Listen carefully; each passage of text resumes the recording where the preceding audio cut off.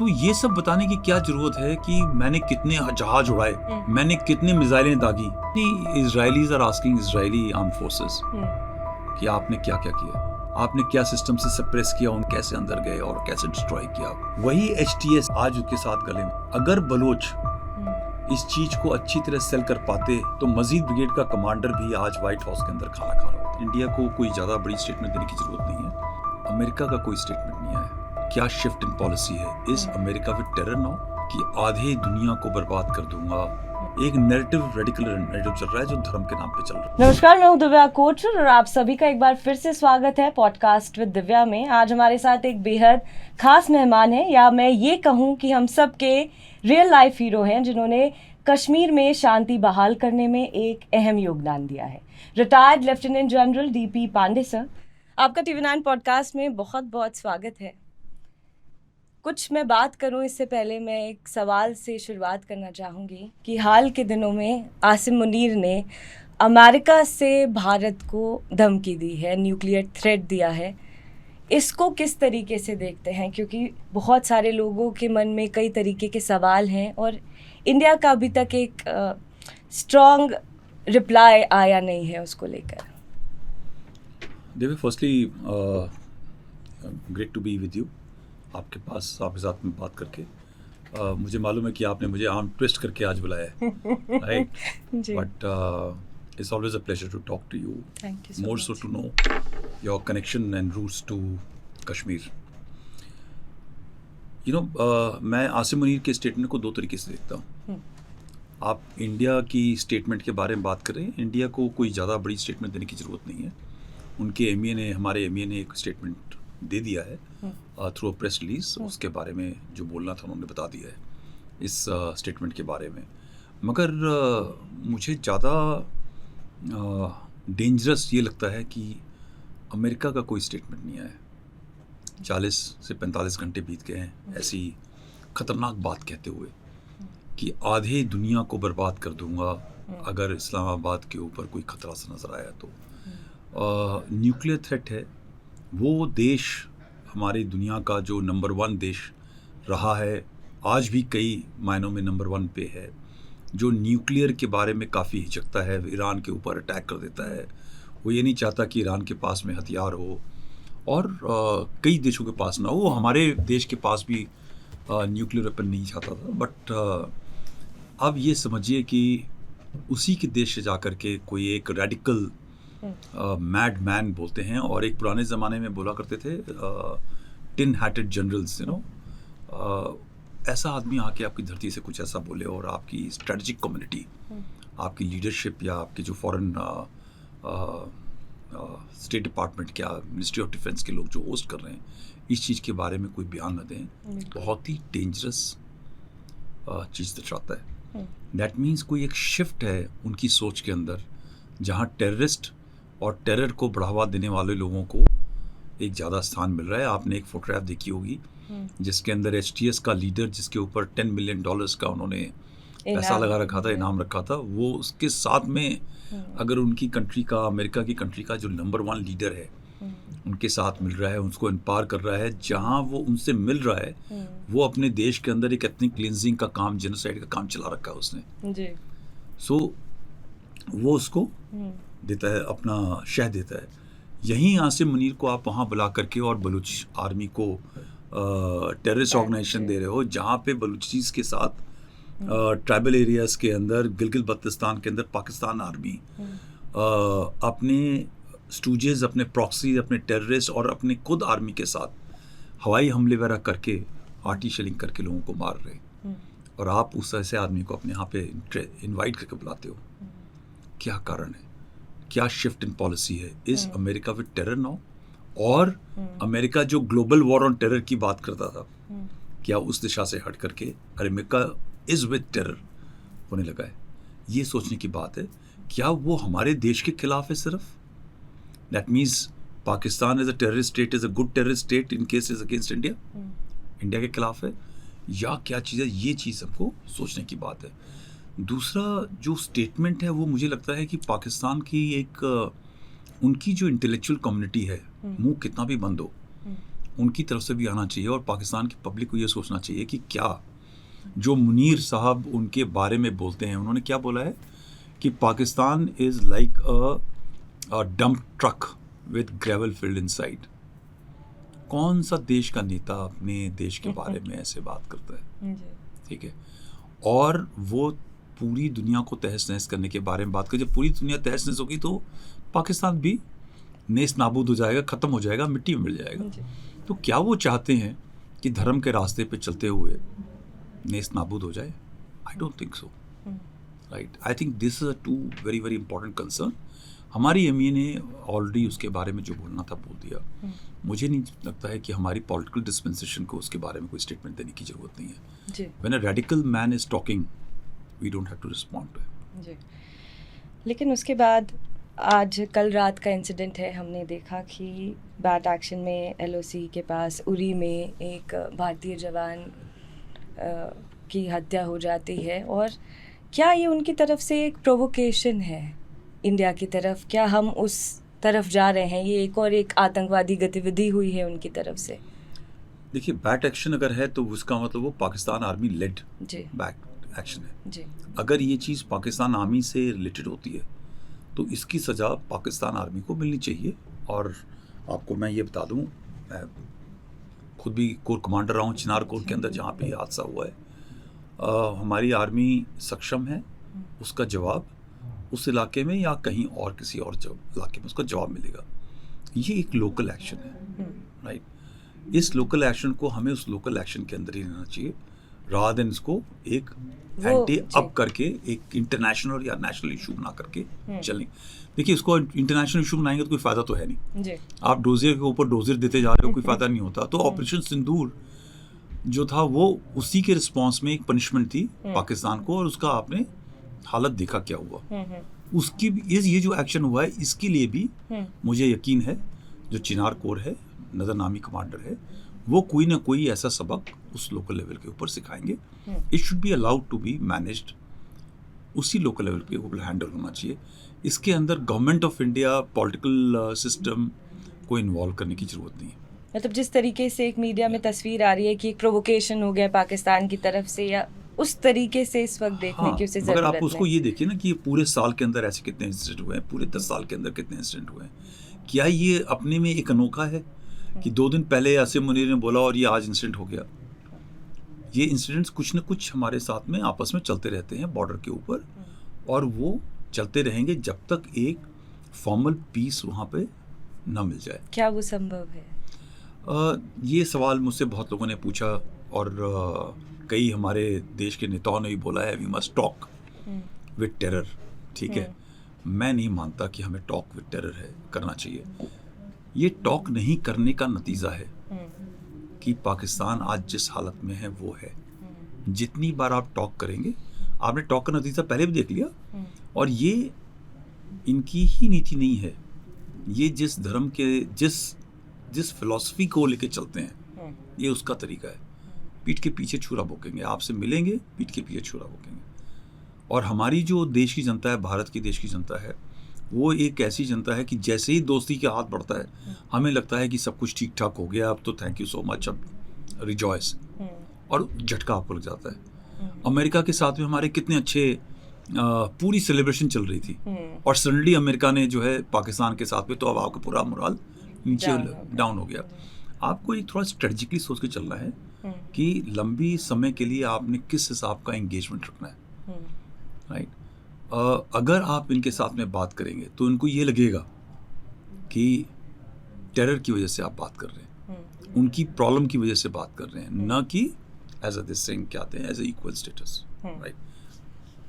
पाकिस्तान आज ऐसी हालत में इंटरनली है, वो चाहता है कि हमारा देश कुछ ऐसा करे कि उनका देश कंपल्सरीली, फोर्सफुली या इमोशनली वापस एक हो जाए।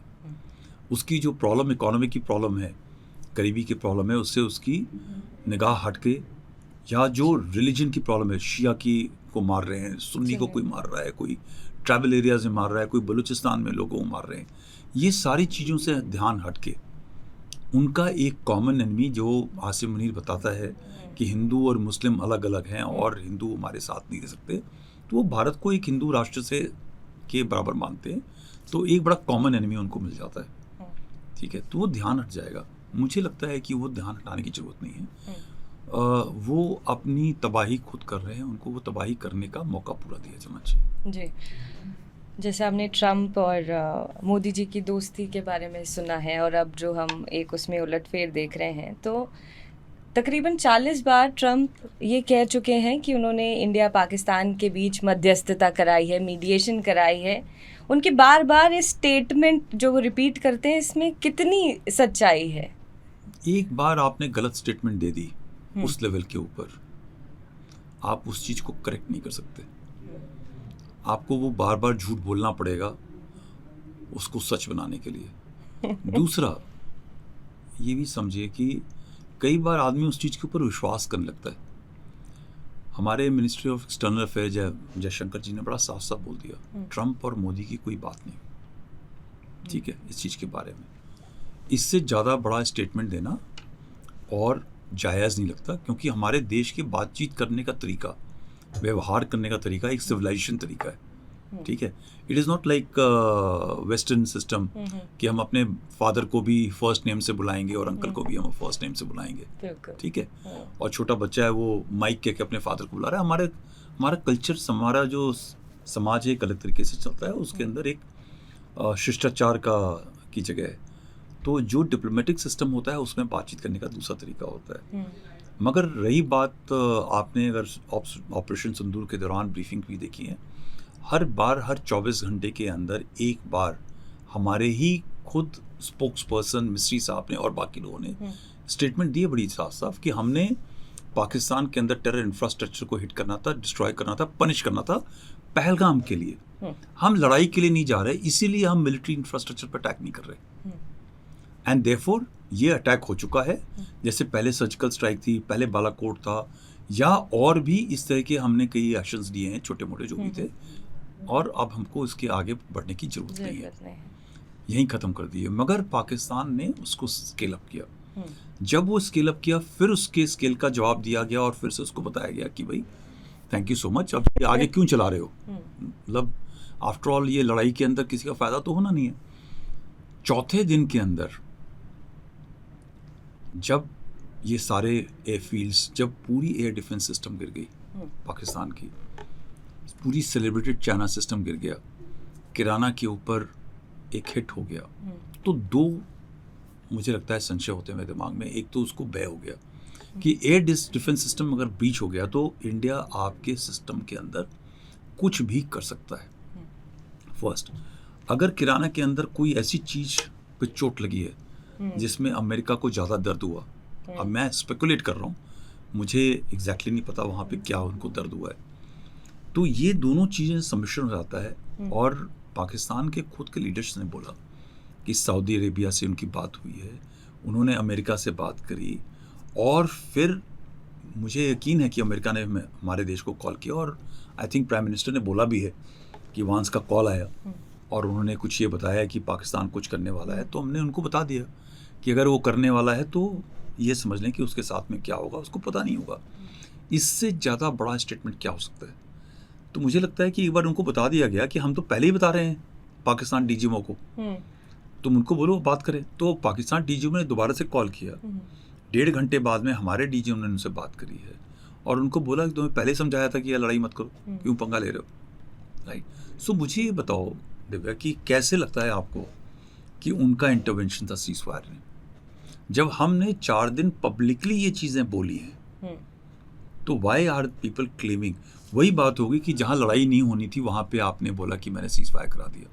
कंबोडिया, थाईलैंड के अंदर एक छुटपुट घटना थी, सबको मालूम था कि वो लड़ाई नहीं होगी, ठीक है। अब आपने कॉल किया, यार देखो बच्चों ठीक हो जाओ, लड़ाई मत करो। 2 बच्चे अपने आप ही नहीं लड़ना चाहते थे, एक दूसरे को गुस्सा मारा वापस चले गए। अब आप कह रहे हो कि मैंने बिचौली का काम कर लिया। आर्मेनिया अजरबैजान की लड़ाई खत्म हो रखी है, सब कुछ हो रखा है। नाउ यू आर क्लेमिंग कि ये 300-400 साल से, कई सालों से लड़ाई कर रहे थे, हमने उनके अंदर पीस लिया है। जो रोकनी है वो रोक नहीं पा रहे हैं, जो रोकनी है वो नहीं कर पा रहे। रशिया यूक्रेन अभी भी 15 अगस्त के बाद चलिए, हमें पता चलेगा क्या हो। नहीं, बट वो रोका तो नहीं ना भाई। Promise was with in 1 day, then it became 1 week, then it became 1 month. अब वो आदमी थक के लड़ाई खत्म हो जाए। इजराइल और गाजा की जो के अंदर जो ऑपरेशन है इजराइल हमास का, वो थक के खत्म हो जाए। You can't claim it as a ceasefire ना।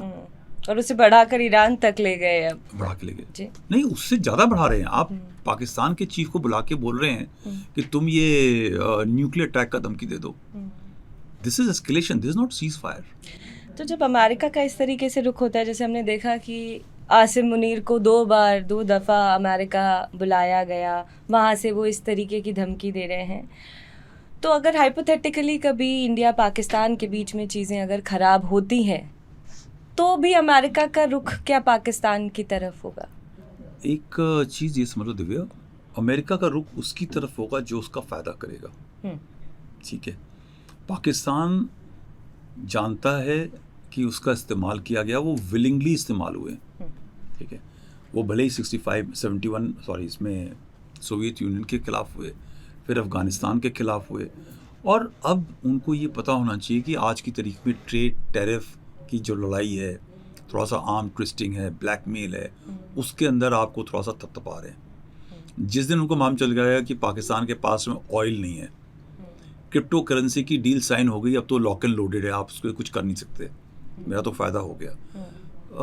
अमेरिका का जो कंसेप्ट है नेशन फर्स्ट है, वो अपने देश की सोचते हैं, वो दूसरे देश की नहीं सोचते। ठीक है, जब तक उनका चले, उन्होंने ब्रिटिशर्स को छोड़ दिया, धोखा दे दिया, एक बार नहीं दिया, कई बार दिया, राइट।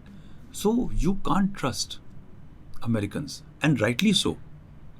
हम ही एक ये मान के चलते हैं कि हमारी दोस्ती एक बार हो गई तो हम एक दूसरे के साथ ही हमेशा पर मुझे नहीं लगता कि इंडिया की वो चीज़ बदलने वाली है, हमारी वो फितरत में शामिल है। बट हमें केयरफुल रहना चाहिए कि मोदी और ट्रम्प की बॉनहॉमी हो रही है, डजंट मीन कि अगले 100 साल जो है ये बॉनहॉमी रहेगी। जब आप दुविधा में होंगे, बुरे समय में होंगे, वो आपकी हेल्प के लिए आएगा।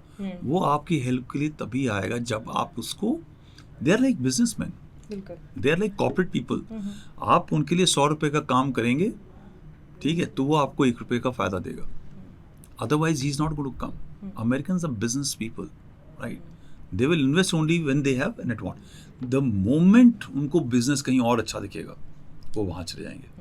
दे went to China, China is communist ideology, right, in 70s, right, and they empowered communist people, जहाँ पे स्वेट शॉप के ऊपर काम हो रहा था, जहाँ सब कुछ ह्यूमन राइट्स के बारे में उल्टा हो रहा था, because you wanted to have cheap clothes and everything which you could sell in your own country at higher cost. So you know they follow a business model. आपने उनको कहते हैं, शेख हसीना ने उनको वो एयर स्ट्रिप नहीं दी सेंट मार्टिन आइलैंड के अंदर, राइट, आपने तख्ता ही नहीं पलटा, हज़ारों लोगों की जानें, व्यापार, जिंदगियां खतरे में चली गई। वो देश एक थोड़ा सा हिचक के चल रहा था, आज वो एक रेडिकलाइजेशन के रास्ते पे पूरा गिर गया। पाकिस्तान के अंदर आपने क्या इन्वेस्ट किया, वो पाकिस्तान आज रेडिकल देश बन गया। So you look it anywhere, they are interested in their own national interest कि कैसे रिसोर्स उनको मिले, उसके पीछे कितनी जिंदगी चली जाए वो उससे मतलब नहीं है। इंडिया का तरीका दूसरा है, हमारा वो वासुदेव कुटुंबकम का रास्ता है, right, but then that is why our civilization has lived 5,000 years. America has just come 250 years back. And look at where it is declining. $35 trillion debt. American president, जैसे आसिम मुनीर ने बोला ना, डंप ट्रक अपने देश को, अमेरिकन प्रेसिडेंट ने 2 दिन पहले प्रेसर में बोला है कि America was dead economy 1 year back. सुना है ना आपने? Which president says about its own country? Acknowledgement है। आप ये बोलिए कि अगर आज हमारे प्रधानमंत्री ये बोल दें डेड इकोनॉमी, सवाल ही नहीं पैदा होता। पहले तो बात बोलेंगे नहीं, और अगर कहीं से बोल दिया तो पूरी दुनिया आपको ये समझाने लगेगी कि आपने अपना देश कैसे चलाना है। बिल्कुल, वर्ल्ड बैंक आ जाएगा, IMF बता देगा। दूसरी तरफ American president says that Qatar से इतने $1 billion आ रहा है, मैं यहाँ गया वहाँ से पैसा आ रहा है। यू इमेजिन, वो देश जब कहीं लोगों को पैसे देता था देश चलाने के लिए, आज उसको पैसे की जरूरत है। बिल्कुल। So let's be proud of our civilization. 75-77 साल, परसों हमारे देश को 77 years इंडिपेंडेंस के कंप्लीट हो जाएंगे, 78th इंडिपेंडेंस डे। हम कहाँ से कहाँ आ गए, जबकि दुनिया हमको यहाँ पहुँचने देना चाहती थी, ठीक है, और अमेरिका कहाँ से कहाँ नीचे गिरता चला जा रहा है, ठीक है. So we should not compare, we should not follow the concept what the western philosophy has been. We should continue to follow Vasudeva Kutumbakam. जी बिल्कुल. जब अमेरिका का जिक्र हो रहा है, उनके बिजनेस मॉडल का जिक्र हो रहा है, तो टैरिफ अपने आप में एक बहुत बड़ा सब्जेक्ट है. और इंडिया को तो बिल्कुल रियायत नहीं दी जा रही है. चाइना को दे रहा है, क्योंकि हम जानते हैं कि चाइना की बहुत ज़रूरत है, इंडिया की भी है, लेकिन रशिया के आड़ में इंडिया पे जिस तरीके से टैरिफ यूएस लगा रहा है, तो एक क्लियरली वो ये दर्शाने की कोशिश कर रहा है कि हम बड़े हैं, हम सुपीरियर हैं और हम जो चाहें वो कर सकते हैं. लेकिन कहीं ना कहीं लोगों के जहन में ये सवाल आ रहा है कि इंडिया अगर कभी जंग के दायरे में होगा, तो क्योंकि रूस और यूक्रेन में हमने देखा कि इंडिया का बहुत ही डिप्लोमेटिक स्टैंड था, पीस की तरफ था इंडिया, तो क्या रशिया भारत का साथ देगा, या ऐसे वो कौन से देश होंगे जो भारत के साथ होंगे? कोई भी लड़ाई होगी, सारे देश हमारे साथ होंगे, ठीक है, except for may be Turkey, may be China, may be a split deep state of America may be not with us, military industrial complex may not be with us, मगर जो उनकी स्ट्रेटजिक कम्युनिटी है जो धीरे धीरे change हो रही है, वो समझ रही है कि अगर हमें हाथ बढ़ाना है, एक ही स्टेबल कंट्री है एशिया के अंदर जिसके साथ में हमें कनेक्ट रखना चाहिए. मुझे लगता है कि सब हमारा साथ देंगे. राइट नाउ मटेरियल सपोर्ट की अगर बात करें, मुझे लगता है कि ये जो मटेरियल सपोर्ट हमें इजराइल से मिलने की ज़्यादा संभावना है, रशिया से मिलने की संभावना है, और कई कुछ छोटे मोटे देश हैं जहाँ से मिल सकता है, बट उनसे हमको ज़रूरत नहीं पड़ेगी. राइट धीरे धीरे हम काफ़ी अपने लेवल पे स्ट्रांग होते जा रहे हैं. फ्रांस से मिलेगा सपोर्ट हमको surely, Italy will support us, right, to an extent I think now Britishers will also support us. Right so there are number of, and मुझे लगता है more importantly Brazil is with us. We have to look at South Africa which is with us. We got कई countries जो हमारी global south की हैं वो हमारे साथ रहेंगी, वो हमें support करेंगे, but they are moral supports. Right. So I think that is also important. जो investment है हमारे देश की सभी देशों के अंदर, वो काफ़ी लॉन्ग टर्म. आपने कभी सुना होगा कुछ मेंबर ऑफ पार्लियामेंट श्रीलंका के अंदर कुछ छोटा मोटा मजाक उड़ा रहे थे टैरिफ्स के ऊपर, और उनको कैसे लताड़ा गया. बिल्कुल. Right so there will always be two sides of it. You look at Maldives, ठीक है, इन स्पाइट ऑफ नोइंग सब क्या हो रहा है, वो yet the way they have welcomed our prime minister in the country, eventually people realise कि हमारा जो मोटिवेशन है काम करने का, इकोनॉमी भी एक हद तक, इकोनॉमी तो है, बट हमारा जो है एक्सप्लॉइटेटिव नहीं है. राइट हमारा एक कोऑपरेटिव एनवायरनमेंट सिस्टम है काम करने का, तो हमको उस पर देख के चलना है. मगर हिदायत तो मैं यही दूंगा कि हम जितनी जल्दी से जल्दी अपने आप को आत्मनिर्भर बना सकें, specially towards niche technology, that is important for us. बिल्कुल. अब इस पर आते हैं ऑपरेशन सिंदूर. टैरिफ के बारे में तुमने बोला ना, एक आपने ये बोला कि जो टैरिफ का वॉर है हमारे खिलाफ, ये चीज़ हमको पूछनी चाहिए अमेरिकन प्रेसिडेंट से कि आप ये रशियन ऑयल के लिए कर रहे हैं. अगर आप रशियन ऑयल के लिए कर रहे हैं तो आपका जो सैंक्शन है वो यूरोपियन यूनियन के सभी देशों के पास होना चाहिए जो पिछले 4 साल से LNG सब कुछ सप्लाई ले रहे हैं, और वो अभी भी लेते जा रहे हैं. उनकी ज़बान हकला गई थी जब उनसे एक सवाल पूछा गया कि रशिया से आपके पास में इतने इंपोर्ट्स आ रहे हैं, उसके बारे में क्या कहना है. I'll get back to you. So, या तो उनके जो पॉलिसी मेकर्स हैं जो उनको इन्फॉर्म करने वाले हैं वो उनको पूरी चीज़ नहीं बताते. सेम लाइक सीज फायर के अंदर, ठीक है, हो सकता है ट्रम्प को एक्चुअली ना पता हो. जो लोग डील करते हैं जब वो ब्रीफ करते होंगे, सर सीज फायर हो गया, हमने भी बात करी थी, and he has taken it as if he is actually living in a world of his own bubble. तो वो बबल के अंदर उसने वो सिलेक्टिव आया कि भाई सीज फायर हो गया and let me claim this, and ठक करके एक बार आपने बोल दिया, वापस नहीं आ सकते. तो you keep on repeating that lie. The second is it's all about tariff. It's only about tariff, right. and not about the Russian oil, and is about that 44 billion trade deficit between India and this thing. उनका trade deficit बहुत देशों के साथ में ज़्यादा है, हमारे देश के साथ ही ऐसा क्या हो गया 44 बिलियन है, मगर ये सेलेक्टिव सेक्टर में क्यों जा रहा है? कई सेक्टर के अंदर तो ऐसा है जो वो हमसे ज़्यादा ले रहे हैं, तो ऐसा क्यों सिलेक्टिव है?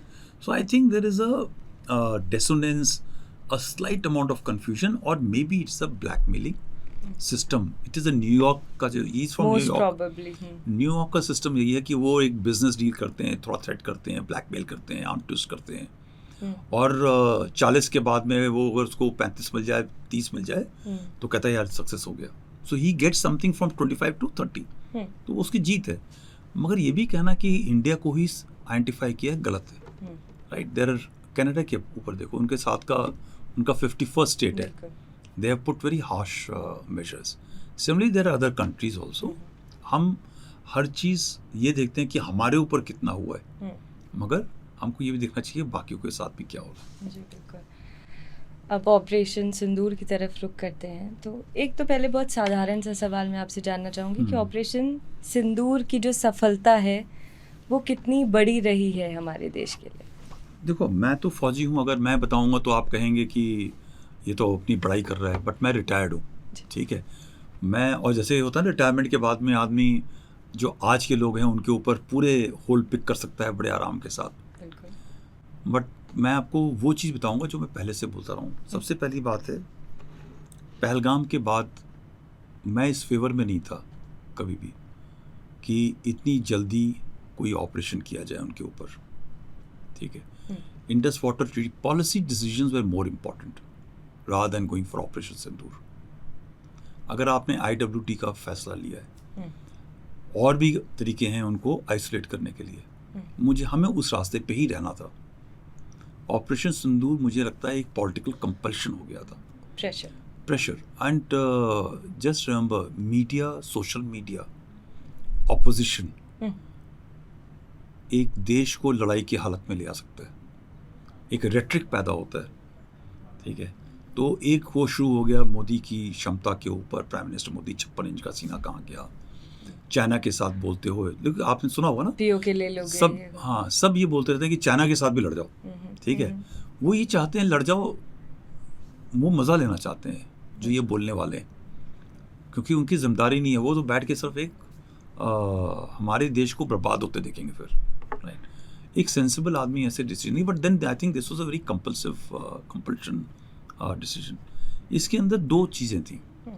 एक मिलिट्री ऑब्जेक्टिव था, ठीक है. What is the military objective which prime minister ने बोला बिहार में एक पॉलिटिकल स्टेटमेंट, पॉलिटिकल रैली में, वो ये था कि हमने देश की सेनाओं को खुला हाथ दे दिया है. इस टेरर अटैक के पीछे जो टेररिस्ट इंफ्रास्ट्रक्चर है, जो सिस्टम है, वो बर्बाद होना चाहिए, ठीक है. अब ये मिलिट्री के ऊपर है, वो क्या एक्शन करना चाहती है. इसके अंदर उन्होंने ये नहीं बोला कि हम लड़ाई के लिए जा रहे हैं. जब आप सिविलियन इंफ्रास्ट्रक्चर पे एक मिलिट्री टू मिलिट्री इंफ्रास्ट्रक्चर पे अटैक करते हो, तो आप एक जंग का ऐलान करने की तैयारी करते हो. अगर यही चीज़ LC की सीमाओं के ऊपर होता है और टैक्टिकल लेवल डेप्थ के ऊपर होता है, और वेपन जो यूज़ होते हैं RT लेवल तक के होते हैं, तो सीज फायर वॉल्यूशन है वो आज की तारीख में हमारे और पाकिस्तान के बीच में एक नॉर्मल सिस्टम है, जो वॉर की तरफ नहीं है, बट एक लोकलाइज्ड एक्शन है, ठीक है. जैसे बैट हुआ, हम भी कुछ करेंगे, it will remain as a localised action, it is not a large action. So हमारी देश की सेनाओं ने एक डिसीजन लिया कि हम लॉन्च पैड्स और दो जो ग्लोबल टेरर हेडक्वार्टर्स हैं, मुरीद की और बहावलपुर के, उस पर हम हमला करेंगे, ठीक है, और डिस्ट्रॉय करेंगे. करने की जरूरत नहीं थी, मैं फिर से बता रहा हूँ, करने की जरूरत नहीं थी. मतलब जैसे मोहम्मद लश्कर तैयबा के हेडक्वार्टर्स, बिकॉज उनको भी पता है ना कि ये होने वाला है, तो हट चुके होंगे वहाँ से. नहीं हटे हो चाहे नहीं हो, मरे तो फिर भी, बट पता तो है उनको, right. So why should I strike when they are ready? मुझे तो तब स्ट्राइक करना चाहिए जब हमारा टाइम हो. ये तो बहुत जल्दी हो गया. मैं तो ये मानूंगा करना भी था तो 1 महीने 2 महीने बाद में करते, ठीक है. मगर फिर कंपल्शन है, थिंग्स डाई, डेड हो जाती हैं. फिर वो आपको जब इतनी लेट करेंगे तो हो सकता है जस्ट बैलम कॉज ऑफ अटैक ना मिले, right. So then it was done on 6th-7th night. आपका जो मिलिट्री ऑब्जेक्टिव था वो अचीव हो गया. पॉलिटिकल ऑब्जेक्टिव क्या था? देश को बदला चाहिए था, देश को बदला मिल गया, सारी दिन लोग खुश थे, राइट? तो I think that first day all objectives were achieved, ठीक है। Now come to the second third day, escalation control हाथ में रखना बहुत मुश्किल होता है, ठीक है। तो आपके देश की सेनाओं ने वो एस्केलेशन कंट्रोल रखा, अगले दिन प्रोवोकेशन आया, उसको रोका गया, तीसरे दिन आया, उसको रोका गया, चौथे दिन प्रोवोकेशन, फिर फाइनली जब उन्होंने एक वो मिसाइल फायर करी जो सिरसा के ऊपर गिरी, that was a major provocation, Delhi की तरफ फायर किया। 22 मिनट से 25 मिनट के बीच में किसी भी देश के अंदर 11 एयरफील्ड को दबाना और भी अलग अलग जगह पे अटैक करना, 22-25 मिनट। मैंने बहुत हिस्ट्री पढ़ी, वॉर फाइटिंग सिखाई है मैंने 2 साल आर्मी वॉर कॉलेज में, मुझे नहीं याद है ऐसा हुआ अचीव। एक उसके बाद में स्पाइडर वेब के अंदर अभी नॉट स्पाइडर वेब, क्या नाम है, इजराइल ने ईरान के साथ में किया लायन राइज के लिए, ऑपरेशन लायन राइज में, वो एक नया था। बट ऑपरेशन सिंदूर के अंदर जो हमने अचीव किया वो एक हमारी मिलिट्री क्षमता को दिखाता है, एक पॉलिटिकल विल को दिखाता है कि उसने आर्मी को एक अपना डिसीजन आर्म फोर्सेस को लेने दिया और कार्रवाई करने दी, सपोर्ट किया, बैक किया, और हमने सारे जो पायदानों पे अचीवमेंट थी वो कर ली। कोई भी देश एक 25 मिनट की इस मार के बाद में इतनी जल्दी अगर घुटने टेक देता है तो आपने कुछ तो अच्छा अचीव किया होगा। तो फ्रॉम अ रिटायर्ड फौजी, my salute to the armed forces, exceptional job done. मगर ऑपोजिशन को हम देख रहे हैं कि लगातार कह रही है कि 5 विमान हमारे गिराए गए, पर उसके बारे में बात नहीं हो रही है, और आर्मी को जो है खुली छूट नहीं दी, जिसका जनरल उपेंद्र द्विवेदी ने खंडन भी किया है। तो इस वक्त जब बहुत ही नेशनल सिक्योरिटी और देश की बात हो, तो जब इस तरीके की ऑपोजिशन से बातें आती हैं तो मैं ना पॉलिटिकल स्टेटमेंट नहीं देता हूँ जल्दी, बट आज में बोला है तो मैं ज़्यादातर फौज में रहा, बट मैंने ये देखा कि हमारी ऑपोजिशन पार्टीज कभी भी कहते हैं एक रिस्पॉन्सिबल ऑपोजिशन पार्टी होती है।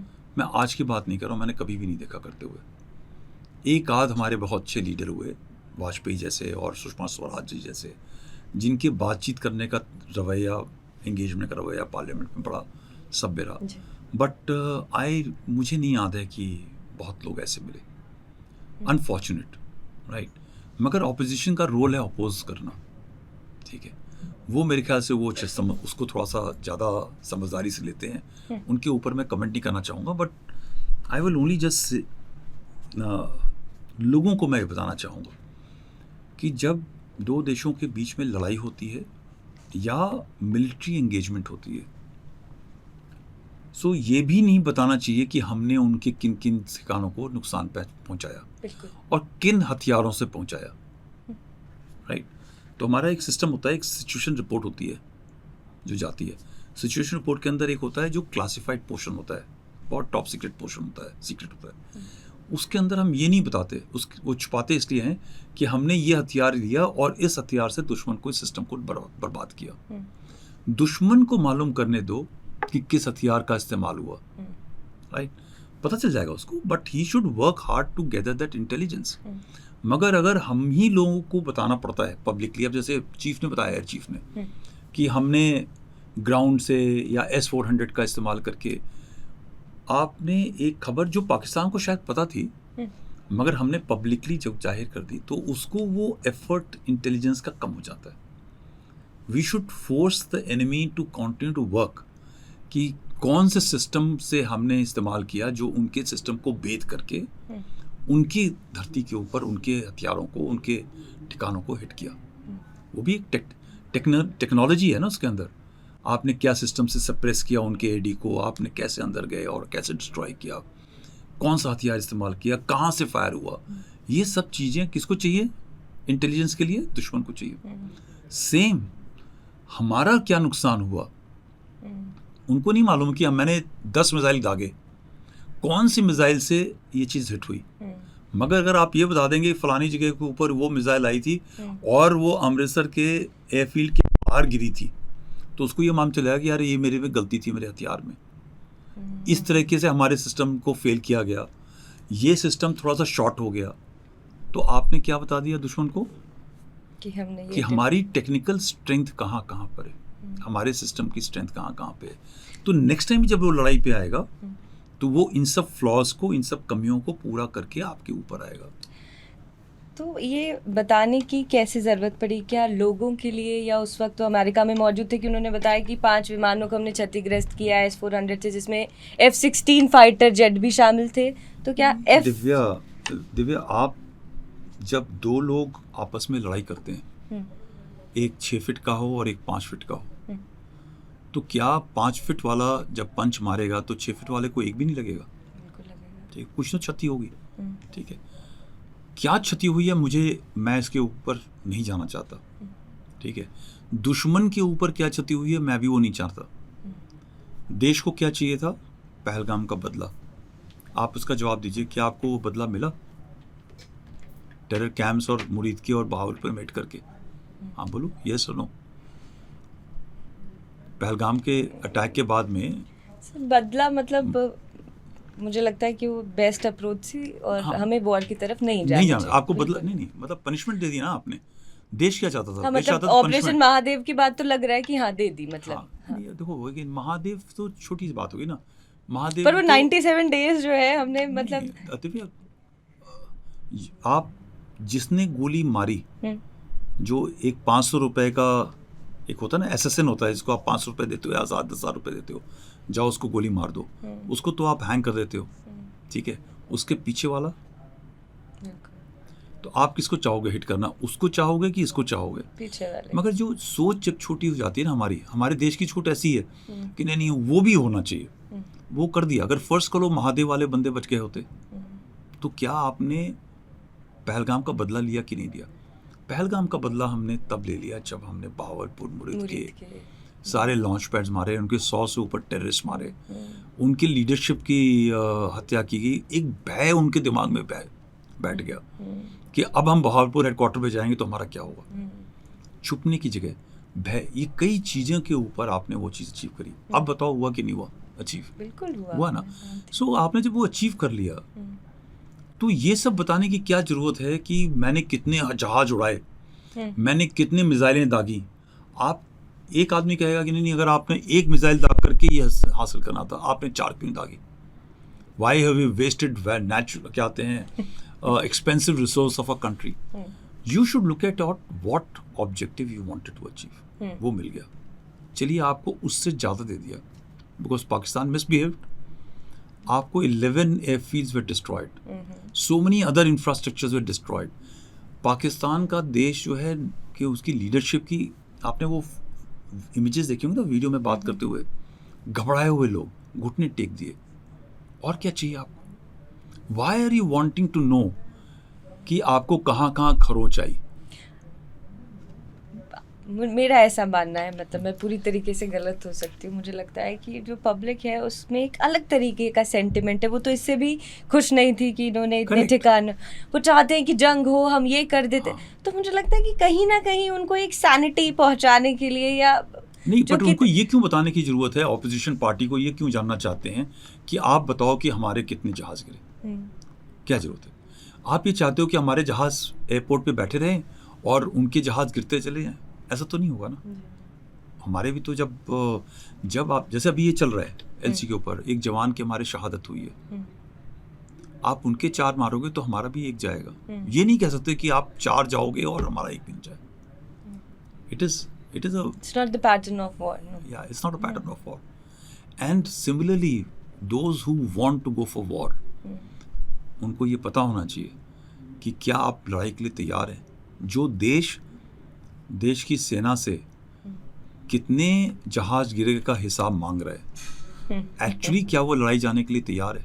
बिल्कुल भी नहीं। Period. I rest my case.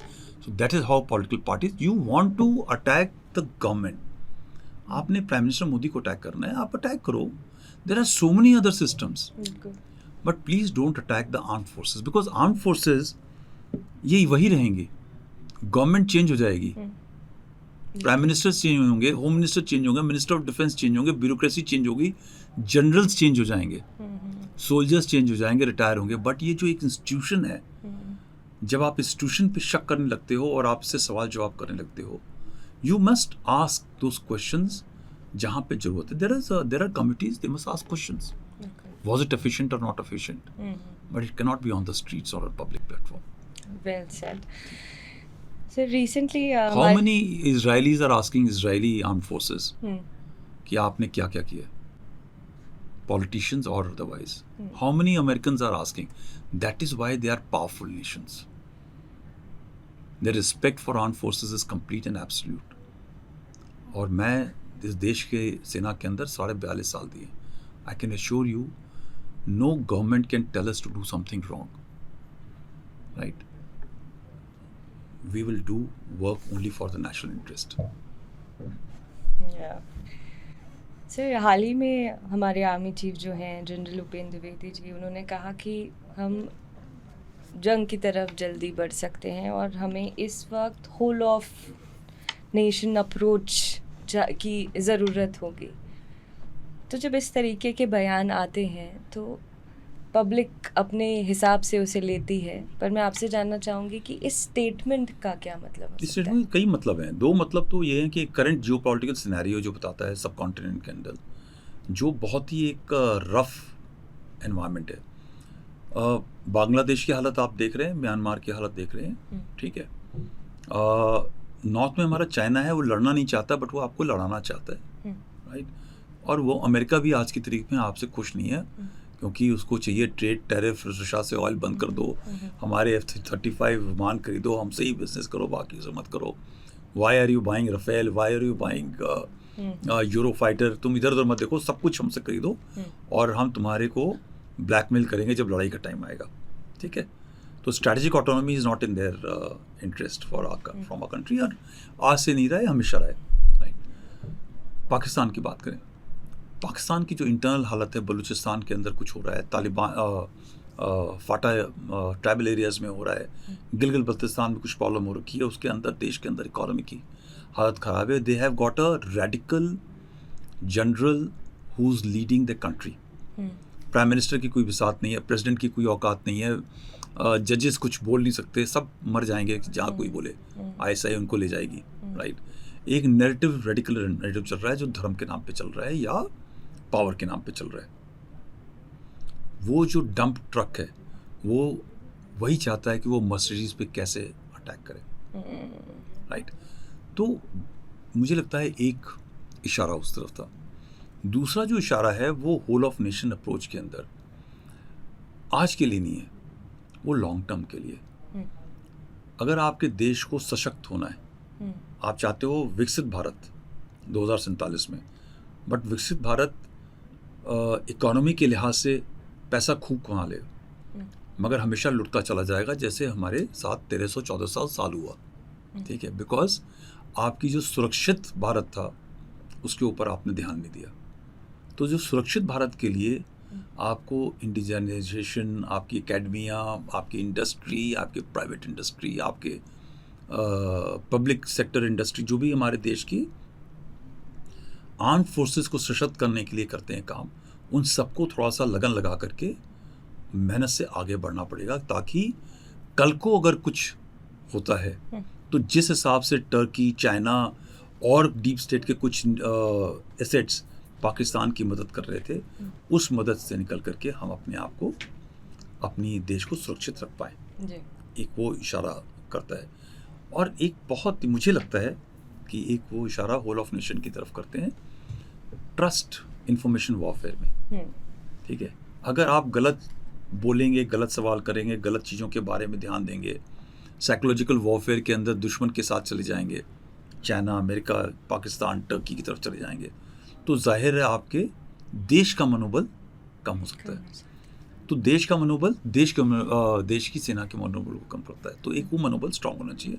और लास्ट में जो 0.5 थ्रेट है, दो देश के अंदरूनी जो खतरे हैं उनसे बच के रहना है. तो ये सब होल ऑफ नेशन अप्रोच के अंदर डिप्लोमेसी, इकोनॉमी वगैरह सब आता है, बट ये अपने आप को एक थोड़ा सा मिलजुट के रहने की तरफ एक इशारा भी करता है। जी बिल्कुल, जैसे हमने ऑपरेशन सिंदूर के टाइम पे भी देखा कि भारत का यही कहना था कि हमने एक साथ 3 देशों से लड़ाई की, तुर्की, पाकिस्तान और चाइना।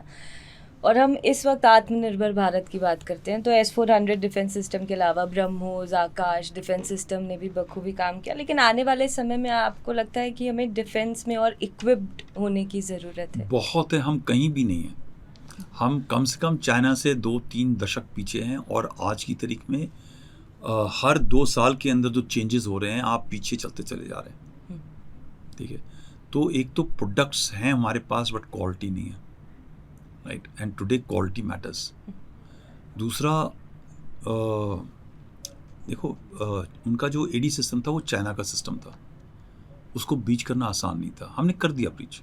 मगर हमारे जो सिस्टम्स हैं वो जोड़ तोड़ के सिस्टम बने हुए हैं। लड़ाई जोड़ तोड़ के सिस्टम से नहीं बनती है, एक अच्छी कॉम्प्रिहेंसिव सिस्टम से बनती है। और ये आर्म फोर्सेस की भी जिम्मेदारी है कि हम जो प्राइवेट प्लेयर्स हैं उनको इनकरेज करें, उनको इन्वॉल्व करें और प्रोग्रेस करें। प्राइवेट प्लेयर्स की भी जिम्मेदारी है कि अच्छी क्वालिटी का सामान तैयार करें, थोड़ा इंटरेस्ट लें, थोड़ा रिस्क लें। ठीक है, आफ्टर ऑल बिजनेस, ये बिजनेस भी है, बिना प्रॉफिट के कोई भी आदमी बिजनेस नहीं करना चाहेगा। तो वो दोनों चीज़ें मिल करके, और देश की जो हमारी गवर्नमेंट है उसको भी इन्वेस्ट करना पड़ेगा पैसा और सपोर्ट सिस्टम, ताकि जो ये प्राइवेट इंडस्ट्री है वो आगे चल सके, राइट। तो हर चीज़ मिल करके, that is why he is talking of whole of nation approach. तभी जाकर के आप आत्मनिर्भर पाएंगे, क्योंकि रशिया ये लड़ाई क्यों कर पा रहा है? क्योंकि उसके पास खुद का एक मिलिट्री इंडस्ट्रियल कॉम्प्लेक्स है। उसकी जो इकोनॉमी है वो बाहर पे तो निर्भर है थोड़ी बहुत, बट वो इकोनॉमी को उसने अंदर से स्ट्रॉन्ग कर रखा है, राइट, और वो चल रहा है, उसको आप गिरा नहीं पा रहे, right. You look eight even Iran, sanctions के बावजूद हर चीज़ वो हासिल कर पा रहा है, क्योंकि उसकी जो एक एकेडमिया है, R&D सिस्टम है, दो गवर्नमेंट कंट्रोल है, मगर काफ़ी इफेक्टिव है। अनफॉर्चुनेटली हमारी डेमोक्रेसी है, तो डेमोक्रेसी में क्या होता है कि काफ़ी कुछ करप्शन होता है, कुछ ब्यूरोक्रेसी का लैग होता है, systems are not inefficient. But North Korea जैसा देश नए से नए सिस्टम बनाता जाए जबकि उसके ऊपर पूरे सैंक्शंस लगे हैं, वो कैसे पॉसिबल है? हमारा देश जहाँ इतना फ्रीडम है वहाँ पे ये और ज़्यादा मुमकिन होना चाहिए, right. So I think that's what he was trying to convey, and we need to focus on आत्मनिर्भरता, नो डाउट। एक इसमें सर एक सवाल बहुत अहम हो जाता है कि इस वक्त जो एक शिफ्ट ऑफ वॉर, एक जो समय बदल रहा है वॉर का, उसमें एयरफोर्स का जो रोल है बहुत वाइटल होने वाला है। तो हमेशा ये कहा जाता है कि इंडियन आर्मी तो 100% परफेक्ट है, लेकिन एयरफोर्स में अभी भी वो 19-20 है। देखिए, सबसे पहली बात है गलतफहमी आपकी कि एयरफोर्स का रोल अहम होने वाला है। एयरफोर्स का रोल हमेशा से अहम था। तीनों सर्विसेज की जो रोल्स हैं वो बहुत अहम हैं अपने अपने लेयर्स के अंदर। ये कहना कि एयरफोर्स स्ट्रांग है और आर्मी वीक हो जाएगी तो एयरफोर्स ने सब तहस नहस कर दिया, मगर ज़मीन कौन लेगा? ठीक है, कल आज फॉर एग्जांपल उत्तरकाशी के अंदर, धराली के अंदर इतना भयावह तो वो क्या था, क्लाउड बर्स्ट हुआ, तो क्या एयरफोर्स पहुंच सकती है? ठीक है, क्या 24 घंटे पहुंच सकती है? मौसम खराब होगा पहुंच सकती है। इवेंचुअली जाने के लिए तो फिर इंडियन आर्मी को जाना पड़ा।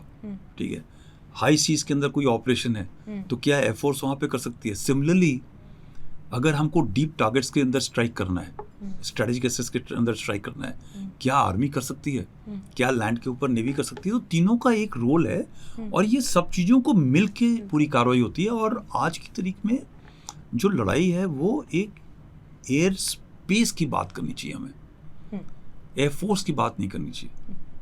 एयर स्पेस के अंदर फाइटर जेट्स हैं, उनकी एलिंट सिस्टम्स हैं, एवैक्स हैं, but drones have come in a big way, like loiter ammunitions, kamikaze drones, long distance combat US systems, जो ISR information, intelligence, surveillance, reconnaissance से लेकर के एक काइनेटिक फोर्स को अप्लाई करने के वाले सिस्टम जो अनमेन सिस्टम्स हैं वो आ गए। स्पेस का रोल हो गया, सैटेलाइट्स का रोल हो गया है। सो हर चीज़ अभी जो टेक्नोलॉजी के साथ में हर चीज़ कम्प्लेक्स, आसान होती जा रही है, उतनी ही वो कम्प्लेक्स होती चली जा रही है, राइट। तो ये रोल जो है बढ़ते चले जा रहे हैं, मगर आप जो एयरफोर्स की तरफ इशारा कर रहे हैं उसके स्क्वाड्रंस का, राइट, या नंबर ऑफ नहीं मतलब शायद वो सवाल गलत हो, लेकिन जिस तरीके की, जैसे आपने एयर स्पेस की बात करी, जब हम फाइटर जेट्स और नई टेक्नोलॉजी की बात करते हैं, ड्रोन्स की बात करते हैं, तो उस कॉन्टेक्स्ट में सो वही इन दैट कॉन्टेक्स्ट अगर हमारी इंडस्ट्री खुद होती तैयार तो हमें ये प्रॉब्लम है। टर्की की जो ड्रोन्स की मैन्युफैक्चरिंग एजेंसीज हैं वो कहीं एडवांस्ड हैं, ठीक है, वो अमेरिका को मैच करती हैं, चाइना को मैच करती हैं। चाइना के पास तो फैक्ट्रीज हैं जो ड्रोन्स के ऊपर ड्रोन्स तैयार कर रही हैं। हमारे पास हम ठीक है, we may feel very proud जो हमारी प्राइवेट इंडस्ट्री आज कर रही है, मगर वो स्केल क्वालिटी क्वांटिटी में ये ज़रूरी है अपनी। अगर आप हम एक वो झूठ में चलते चले जाएं और अपने आप को प्राउड करते चले जाएं कि हम बहुत ताकतवर हैं, बहुत अच्छे हैं, तो शायद आप वहीं रह जाएंगे, because you start believing that like the way Trump is believing कि सीज फायर करा दिया, you know. We should not believe in symbolic achievements, we have to have the scale, और वो हमको इम्प्रूव करते रहना चाहिए हर टाइम के अंदर, बिकॉज टेक्नोलॉजी हर साल 2 साल में चेंज हो रही है। तो जो टर्की के पास में आज है वो उससे आगे ज़्यादा खतरनाक चीज़ बनने वाली है। हमें उसके ऊपर ध्यान देना चाहिए, ना कि हमको टर्की के रास्ते पे चलना चाहिए। So there is a huge gap. We don't have the numbers. We don't have the quantity. We require to work on that, on that domain. I think सच्चाई तो यही है। बाकी लोग चाहे माने चाहे नहीं माने, बट इसमें गलती किसकी है? आज के गवर्नमेंट की है, या सालों साल से चलने वाली नीतियों की है हमारी, या हमारे ब्यूरोक्रेटिक सिस्टम की है जो उसको अलाउ नहीं करती है? All will this thing. But where we are today is thank God कि हमने पिछले 10-5 सालों में कुछ डिसीजन लिए जो आज हमारे पास एक फ्लेजलिंग इंडस्ट्री है। कम से कम आज हमारे पास एम्युनिशन की कमी नहीं है, ठीक है। एक ज़माना था हमारे पास 2 दिन 3 दिन लड़ने के एम्युनिशन थे, आज हमारे पास स्टॉक्स ऑफ फुल, और हमारे पास फैक्ट्रीज ऐसी हैं जब हम चाहें तो उसको स्किल में देखिए, बड़ी मॉडर्न और बहुत अच्छी फैक्ट्रीज हैं। इवन जो प्राइवेट इंडस्ट्री को देख करके जो हमारी पब्लिक सेक्टर यूनिट की जो इंडस्ट्रीज हैं, ये मैन्युफैक्चरिंग यूनिट्स हैं, they have also become, they are not as good but they are not competing. Corporatisation has made a difference, right?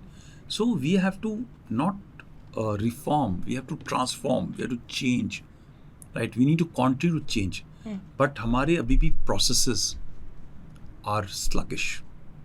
We need to change the processes in case you want to wage the wars of in depth like Ukraine is doing to Russia or Russia is doing to Ukraine, और Israel ने Iran पे किया और Iran ने respond किया।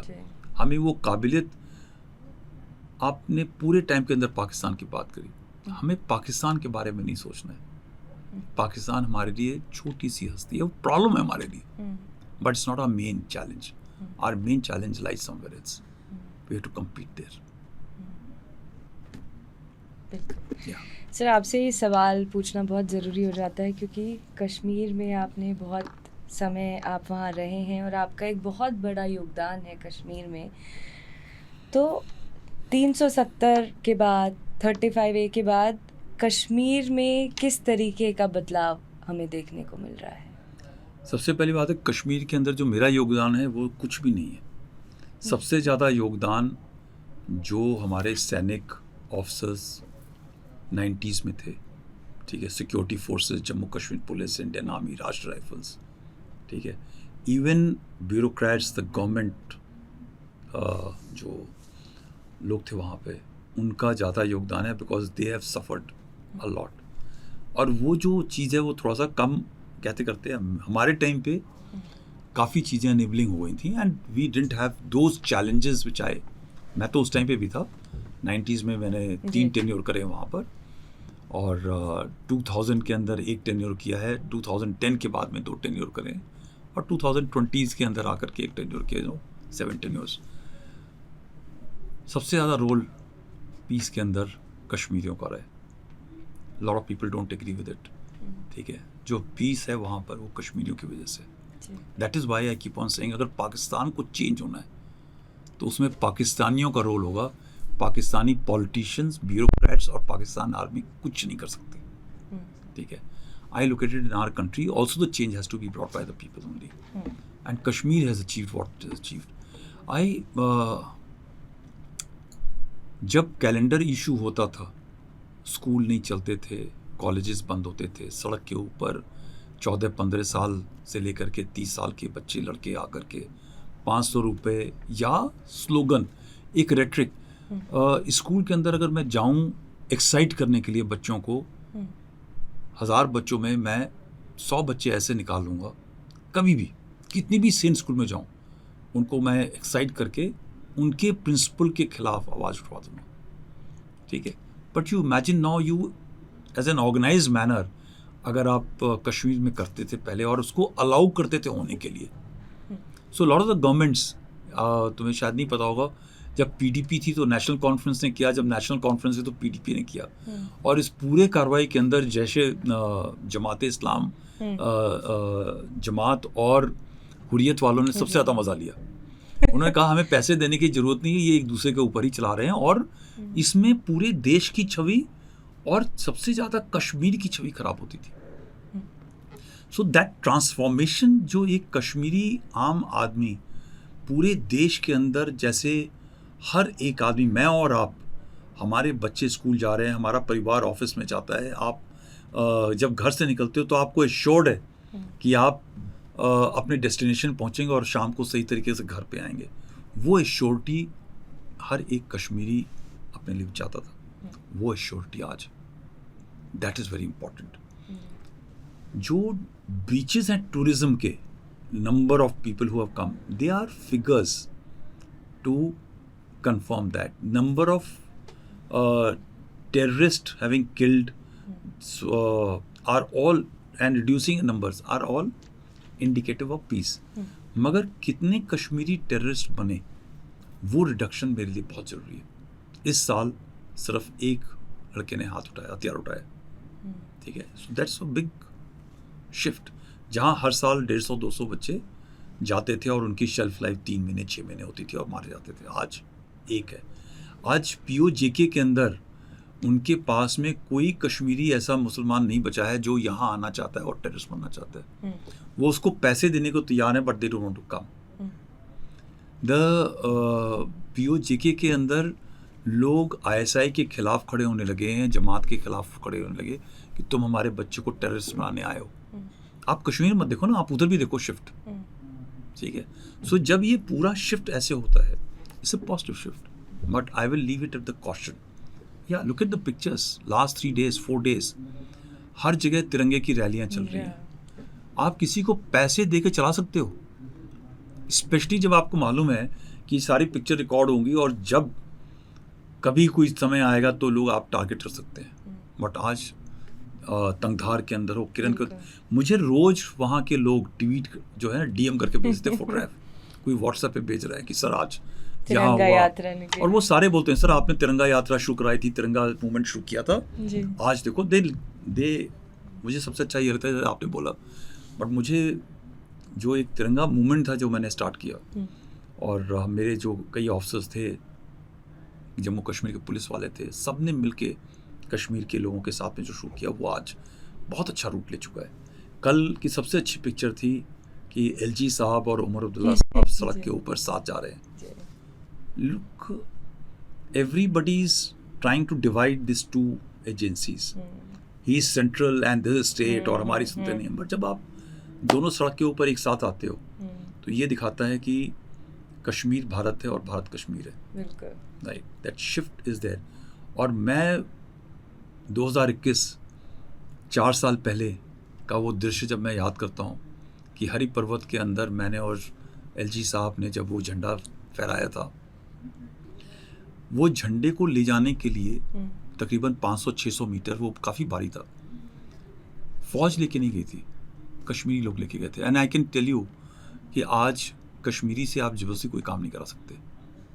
पूरे downtown के इलाके के अंदर उस क्या आते हैं, हरिया पर्वत बोलते हैं उसको एक्चुअली में, वहाँ पे झंडा लगाना, उस दिन पहली बार लाल चौक के ऊपर झंडा लगा था। और एक बड़ी पिक्चर है मेरी और मेरी वाइफ के साथ शाम की, वो किसी कश्मीरी ने बहुत ब्यूटीफुल पिक्चर बना कर दी, वो मेरी बहुत प्राइस पोजीशन है, वो बना के दी, और तिरंगा जो है लाल चौक के अंदर लगा पहली बार। और मैं जब वहाँ शाम को गया तो कितनी कश्मीरी मुस्लिम्स और पंडित कम थे, मुस्लिम ज़्यादा थे, आंखों में आंसू। 25 साल से सब पहचानते थे मेरे को कि कोई जो बुजुर्ग थे, बच्चे आपने कर दिया, ठीक है, जनरल साहब आपने कर दिया, जो यंग थे, quite a few of them were crying. My wife was totally amazed, shocked कि ये रो रहे हैं और कहते हैं हमने गलत झंडे देखे। आज पीस है हमारे देश में, हमारे कश्मीर में। आज पहली बार रोक टोक नहीं था, बंद नहीं था, हम अपने स्कूलों में जा सके और तिरंगे को फहरा सके, right. That transition has come, right. मगर I will end with a cautionary note, जो मैं हमेशा बोलता हूँ, शांति है मगर शांत नहीं है, ठीक है। ये 5 साल के अंदर अगर पत्थर नहीं पड़ रहे, लोग टेररिस्ट नहीं बन रहे, हर चीज़ अच्छी है, टूरिज्म है, पीक पे है, ये शांति का इंडिकेटर है। मगर शांत इसलिए नहीं है क्योंकि जो 70-80 साल की एक रेडिकल आइडियोलॉजी, एक सेपरेटिस्ट आइडियोलॉजी के सोच वाले लोग हैं, वो तो उस पर बिलीव करते हैं ना। वो कैसे चेंज होगा? वो एक या दो जनरेशन और उनके परिवार जो सोच के हिसाब से चला है कि हमारा धर्म अलग है, हम लोग अलग हैं, और हम ये जो भारत है जहाँ पे सब धर्म के लोग रहते हैं, सब एथनिक लोग रहते हैं, हम उनके साथ नहीं रह सकते। हम तो पाकिस्तान के साथ रहेंगे या अलग रहेंगे। उस सोच के लोग अभी मरे नहीं हैं, ख़त्म नहीं हुए। वो जो वायरस है, वो कीड़ा उनके दिमाग में है, उनसे आपको सजग रहना है। और एक जो रेडिकल आइडियोलॉजी आज डिजिटल मीडियम से चलती है, उसके ऊपर मॉनिटर करना है, क्योंकि वो जो बच्चा है 14-15 साल का, उसको क्या मदरसे में सिखाते हैं, क्या डिजिटल आइडियोलॉजी में चलता है, इसके ऊपर अगर आप नज़र नहीं रखेंगे तो ये जो आज मेजॉरिटी तिरंगे के साथ आती है, वो वापस भय के साथ चुप हो जाएगी। तो आज वो भय नहीं है, आज खुशी का उबार है। भगवान करे कश्मीर के लिए, कश्मीरियों के लिए ये तिरंगा वहाँ पे हमेशा चलता रहे। जी। एक आखिरी सवाल है बलूचिस्तान पर, क्योंकि वो सवाल मैंने तब आपसे किया नहीं, कि बीएलए की माजिद ब्रिगेड को एफटीओ का पार्ट बना दिया, आतंकी संगठन अमेरिका ने इसे घोषित कर दिया। पिछले कुछ समय पहले लश्कर तैयबा के टीआरएफ को उन्होंने किया। तो ये दोनों का जो एक कंपैरिजन है कि ये अपनी आज़ादी की लड़ाई लड़ रहे हैं और वो सच में एक आतंकी संगठन है जिसने 26/11 किया, पहलगाम किया। तो इसको आतंकी संगठन बनाने के पीछे उनकी क्या मंशा होगी? और दूसरा, ये बहुत ज़्यादा कहा जाता है, पाकिस्तान भी कहता है कि बलूचिस्तान लिबरेशन आर्मी को भारत सपोर्ट करता है। मतलब आई विश सपोर्ट करता होता, ठीक है, अनफॉर्चुनेटली नहीं करता है, मुझे नहीं लगता करता है। क्योंकि जब आप सपोर्ट करते हो तो मटेरियल सपोर्ट होता है, मॉरल सपोर्ट होता है। पाकिस्तान हर अपनी इकोनॉमी के बारे में नहीं बात करता, अपने लोगों के बारे में नहीं बात करता। कहते हैं ना, हर दूसरा सेंटेंस कश्मीर के बारे में बात करता है, उनका हर सेंटेंस कश्मीर के बारे में, ठीक है। So that is the level of moral support. उनकी पब्लिक नहीं चाहती अभी सुनना कश्मीर के बारे में। वो कहते हैं यार भाई, हमको तो पक गए हैं, हमको तो रोटी कपड़ा खिलाओ जरा, वो देखें, राइट। हम तो भीख मांग रहे हैं हर सड़क के ऊपर का। आप तो जा रहे हो अमेरिका घूमने के लिए। उनका एक जनरल साहब अभी कनाडा में हो गया परमानेंट रेजिडेंट। मुशर्रफ साहब जो है वो बाहर रह करके मर गए। नवाज शरीफ इंग्लैंड में है, यू नो। वो कुछ और चाह रहा है। इनकी जो एलीट सिस्टम है वो अभी भी रिलीजन, धर्म को यूज़ करके वो चाहती है आगे चलती रहे।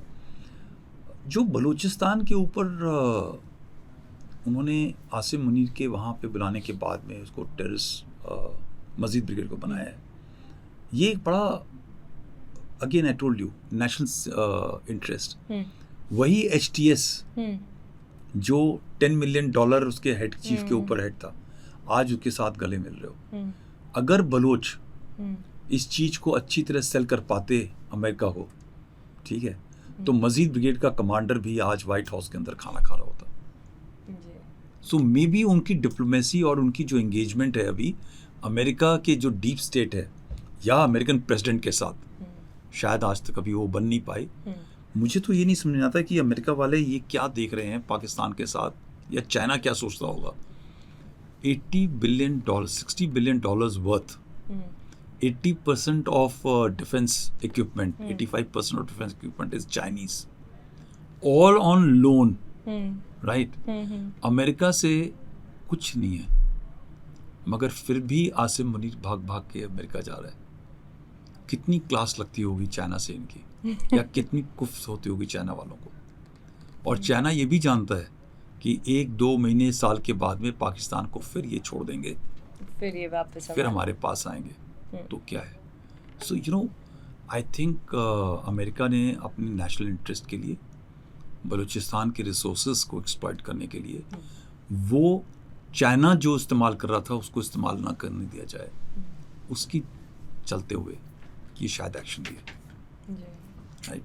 But my heart goes out to Balochis, they are different, they never want to be part of Pakistan. In any case, Pakistan is an artificial country. कृत्रिम देश है वो, it's not a देश। जी सर, बहुत बहुत शुक्रिया आपका TV9 से बात करने के लिए। आपने बहुत सारे सवालों के बखूबी जवाब दिए हैं। जो कुछ डाउट थे पब्लिक के अंदर, उनके सेंटिमेंट्स को लेकर आपने बहुत मदद की है हमारी समझने में। हम चाहेंगे कि आप दोबारा हमारे दर्शकों से रूबरू हों। और शुक्रिया, जय हिंद। Thank you.